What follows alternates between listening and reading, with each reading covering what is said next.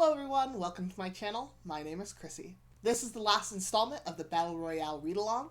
We will be covering chapter 61 until the very end, the epilogue. We left off with Shuya in the midst of 6 of his girl classmates who have all banded together. Now one of those classmates is Yuko, and that's the chapter that 61 focuses on, is Yuko. Yuko had seen Shuya kill one of their other classmates, and she thinks he's a danger. She didn't see the whole story, but she has a feeling that he's dangerous and that he's going to kill them all. She thinks in this chapter, okay, we have to get rid of him. And how? Because her other classmates don't seem to be on board with this idea.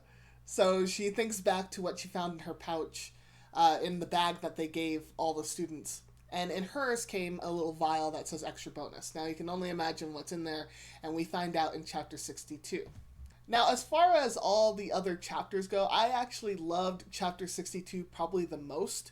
The main reason why I love chapter 62 is because you have 6 girls who have been classmates and who have worked together so far, and what one modicum of distrust does to someone. So here's what happens, is that in chapter 62, several of the girls were cooking, and one of the meals was prepped for Shuya for when he woke up. Now, Yuko had put the contents of the vial in Shuya's food, so it's poison. It ends up being where another student, Yuka, who is one of the other gals with her, drinks the soup that was for Shuya, and she dies automatically. When Yuka dies due to the poison, all the other girls are looking at each other, and one of them goes for her machine gun that she has. The classmates who are there and who die in this chapter are Yuka, Chisato, Yuki the class leader, Satomi, and Haruka.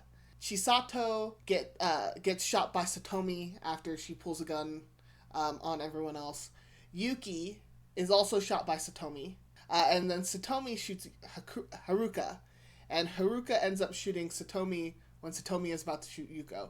It's a very interesting dynamic that ends up playing out here because they all die in a matter of seconds. But it's a really well done chapter. The gals, under such stress and the conditions of what they have gone through, end up turning on each other when it was an accident that Yuka ate the wrong soup. Like, even though none of them had been planning on poisoning Shuya except for one person, Yuko did not mean to kill her other classmate. So the only girl to survive this chapter is Yuko herself. Now we get into chapter 63. Shuya is in the room where they barred him in, and he hears all the commotion going on downstairs. He hears the yelling and the shooting going on, and he knows he has to get out of there. So he ends up kicking down the door and getting out. He sees his dead classmates, so all the girls, and he sees Yuko. Yuko goes for a gun when she hears Shuya enter the room where she's at. Shuya ends up stopping her by throwing something at her, and she ends up stopping from getting the gun and bolting out of there. And this goes into chapter 64. In the portion of the lighthouse is a balcony where they set up lookouts, so they would take turns trying to spot someone coming near the lighthouse. And Yuko runs up to there. All she really is focused on is that she has to escape, and she thinks about, I need to get down from this balcony, and she's looking at where she can jump, and she knows that there's a roof further down below her, but it's really far. So she actually jumps from the balcony, but at the last minute she realizes this is not what she wants to do, and she tries to hold on to the rails. She's slipping, and Shuya ends up coming to try and help her out. And at that moment is Yuko's kind of epiphany that Shuya isn't meaning to hurt her.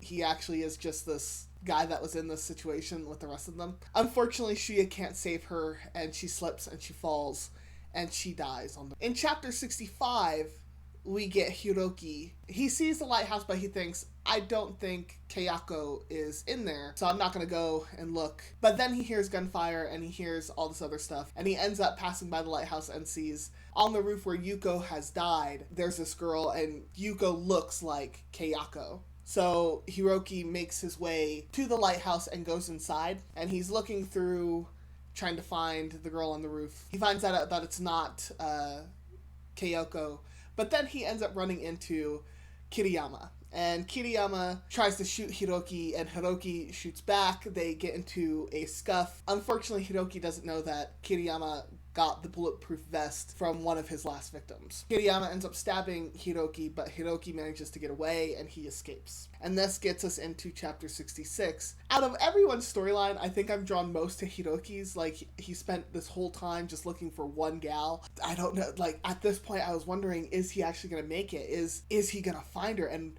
like, why does he want to find her? And I had a feeling I knew why, but at the same time I was wondering, how is this going to end up playing out? So chapter 66 comes along and we follow Shuya. And Shuya ends up finding the bodies that Mitsuko had killed Tadakatsu and Yuichiro. And he ends up throwing up from seeing what happened to them after birds had gotten a hold of them, after things were eating them, after they had died. He ends up hearing the bird call that Kawada had set up for Hiroki to follow. Now, it's somewhat raining in this scene, so Shuya thinks to himself, it's raining, so he might have just started the bird calls just in case I couldn't start a fire. And he ends up finding Kawada and Noriko. Chapter 67, Shuya tells Kawada and Noriko the story of what happens in the lighthouse. They talk about Kiriyama and how he's kind of soulless. And then they also talk about Hiroki and wondering if Hiroki actually found the girl he was looking for. Now, chapter 68 is where we finally get Kayako. Kayako has been hiding this whole time. She hasn't been engaging with anyone. She's actually kept still for the most part, except for when there's a forbidden zone. She'll hop zones when she needs to. But she was just hiding. She's just been hiding this whole time. In this chapter, she's thinking about the crush that she had on this 19-year-old guy who was a master of tea ceremonies that she liked to do for after school. Hiroki finally finds her, and she's scared out of her mind. She thinks, oh god, he's gonna kill me. She actually tries to run. Hiroki follows her and is screaming at her, no, please wait, please wait. She ends up shooting him. She ends up pulling out her gun. Hiroki stops, and she ends up shooting him. Hiroki, while he's on the floor dying, tells her, light 2 fires and wait for the bird calls. So he's telling her how to find Kawada, Noriko, and Shuya. And then he tells her that he loves her.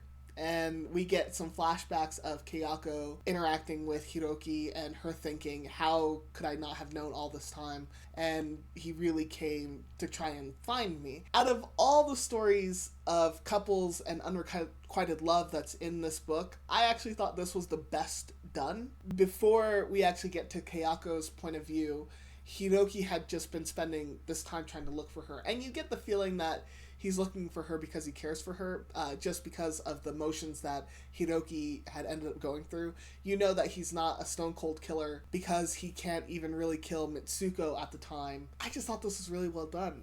I loved that he looked for her all this time. He didn't really explain to anyone, hey, I have to go find this girl because I love her. And then when he does find her, and even though he gets shot by her, he still is trying to save her in that moment. So I really thought that kudos to the author for having those feels. This scene kind of pulled me back into my anime and manga days, because this is a big theme that ends up happening with unrequited love, is whenever one character finds out that, oh, he likes me or she likes me, and then they think back to how that person had acted, and it's these really small moments that they pick out. I loved that. I loved this scene. Unfortunately, after Hiroki dies, she doesn't go to look for Kawada, Shuya, and Noriko. Instead, she thinks, this is awful, and I feel bad, like, I killed the one person who loves me, and even though I acted like a complete ass, like, he still loved me in the end. Kayako ends up getting shot by Mitsuko. The chapter ends with Mitsuko hearing the bra-ta-ta-ta-ta of a machine gun.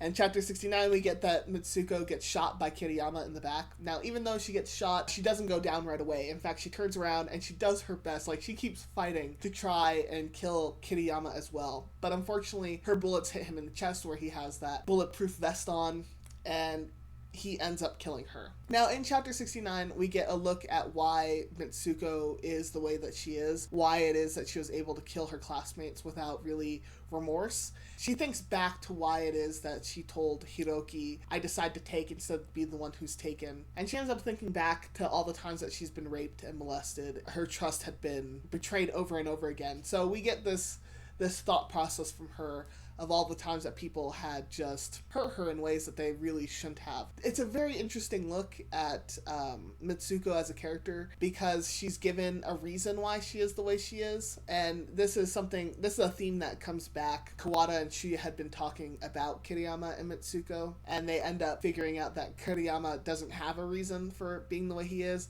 and Mitsuko does. So this is a nice kind of play off of that conversation. Chapter 70 was another one I actually really liked, and mainly because it made me laugh. And the reason why is because we have a character named Inada who is watching as Kiriyama is rearranging sticks, and she's behind him and she's thinking to herself, her name is also Mizuho, so Mizuho Inada. Mizuho steadied her breathing. She was cold and tired, but she didn't mind it much. After all, the time had come for her to carry out her greatest mission as an anime space warrior. This girl is thinking that she was brought on to be pretty much the magical girl equivalent of an anime space warrior. She ends up having this kind of internal monologue of one of the characters of an anime she watches, telling her that this is her mission and this is how she needs to fight. It's a very interesting scene, and it made me laugh because it's absurd. Like, the author did a great job of putting a good amount of absurdity in this chapter. Unfortunately, when Inada does try and kill Kiriyama, he doesn't even really look at her while he pulls out his gun and shoots her. And unfortunately, that's the end of Inada, but girl tried. She did her best. In chapter 71, we get a little hint of what Kiriyama is actually trying to do. Kawada and Shuya Noriko are talking, and then Kawada sees in the distance smoke, so he thinks that a smoke signal is being started by Horiko, and so he starts making bird calls. Chapter 72 continues with the conversation that Kawada is having with Shuya and Noriko. Now, time has passed and he keeps doing the bird calls, but he's telling Shuya and Noriko that he wants revenge on the country for this program that was happening. And he tells them the story of what happened in the last program, in the last game that they had when he was the winner. And he talks about a girl that he loved at that time named Keiko, and how during that game that he tried to look for her and he tried to save her, but she ended up running away from him and she ended up not trusting him. And later on, when he comes across her again in that game, she had ended up dying. He talks about that, and Keiko just didn't trust him, and that it's hard to trust anyone in those kind of circumstances. At the same time, Kawada is telling Noriko and Shuya a little bit about how they're going to escape. Like, he doesn't give a lot of detail. He just says that there's a contact that he has, which he wants them to meet up with after the game is over and after they escape. So chapter 73 comes along, and Noriko and Shuya are actually trying to convince Kawada to come with them to America. That's where they decide they want to escape to. And Kawada is saying, I want revenge, and I want to stay, and I want to take down some people while I'm at it. At the end of this chapter, Sakamochi announces the dead. They hear Hiroki's name, and they realize, oh no. That means Kiriyama is still alive. That's when chapter 74 has the longest fight scene of this whole book. It's the climax of the fights between all of them. Kiriyama has found them, and he has laid traps around where they are, mainly because he couldn't pinpoint their exact location. And Kawada, Shuya, and Noriko get into a gunfight with him. They end up trying to escape with, I believe, a pickup. Kiriyama ends up getting into a minivan and chasing after them. So there's this car chase that happens. When the car chase is over and it looks like Kiriyama might be dead, they realize, he still has a bulletproof vest on, and Noriko is actually the one who ends up killing Kiriyama in this. So with Kiriyama dead through Noriko after she shoots him in the face, we get chapter 75. Now, chapter 75, Kawada takes them from the location of Kiriyama, and it takes them to this mountainside kind of that overlooks the ocean, and you can see islands in the distance. And this ends with him asking to see Noriko's gun, and then he turns the gun on them and says, you lose. So in chapter 76, we get Kawada telling both Shuya and Noriko that he lied to them, and that everything that he said was a lie, including Keiko. And then he ends up pulling the trigger. Now, the chapter ends with him just squeezing the trigger. So chapter 77 comes around, And Kawada's on a boat getting away from the island, and he's with Sakamochi and saying that he's the winner of this game. Now, Sakamochi and him have a conversation, and Sakamochi just pretty much lays out that he knows Kawada messed with things, that he knows that Kawada was the one who hacked into the systems. He knows that Kawada knew how to take off the collars at some point in time. And so he calls out everything that Kawada did, and Kawada ends up lunging for Sakamochi because Sakamochi pulls out his gun, and they hear gunfire off in the distance, like, so at the same time as Sakamochi is about to pull his gun and kill Kawada, gunfire is being heard in the distance outside the room. So Kawada, while Sakamochi is a little bit distracted, lunges over and ends up killing Sakamochi with the pencil that he was given to write down that we will kill each other in the beginning. After Kawada kills Sakamochi, Shuya and Noriko open the door, and they are the ones who had been killing off all the soldiers on the boat.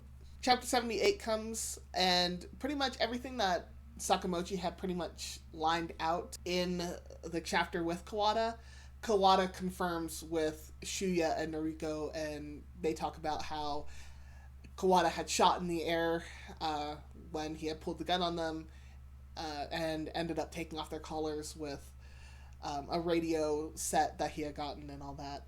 Unfortunately, Kawada then slumps over, and we learn that in chapter 79 he dies because of an early injury that he got with Kiriyama. So because he didn't take care of those injuries, they ended up killing him in chapter 79. Shuya and Noriko make a promise to stick with each other, and that's where the chapter ends. Now the epilogue comes around, and Noriko and Shuya are still alive, and they are actually in a city, and they see the news report of their program that they were in, and they get recognized by a police officer, and then they book tail out of there. So that's where this book ends. I really loved this story. I thought it was done extremely well. As I said in my previous videos, there's just one complaint I have, just one complaint throughout this whole book, that everyone has a crush on people, and that's what they talked about the most. Like, it was like these girls all loved Shuya, and you don't know why, like, just because I guess he's a good basketball, I don't know.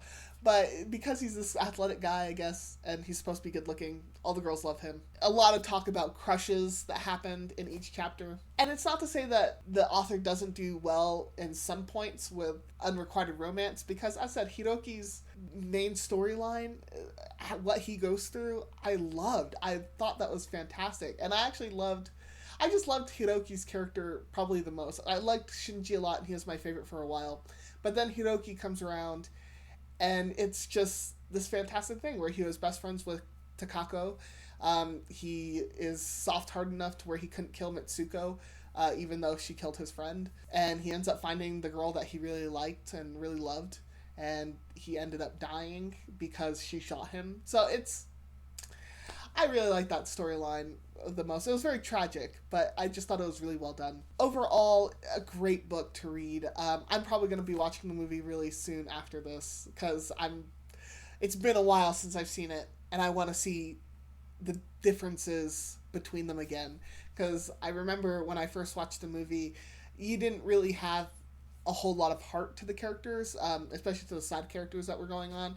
But I'm really interested to see how they did it and how they decide to go through. If there was a modern remake done soon, I would love it. I actually think this would be one of the few remakes of a book and movie that I would really want to see again, because I think that they could probably make it better than even the past Battle Royale. So what did you think? Is there a particular scene that really stuck out to you? Is there themes that you were really interested in? Tell me your thoughts. If you like this video, hit that thumbs up button. If you like seeing this face talk about books, hit that subscribe button. And as always and forever, may you get lost in a book.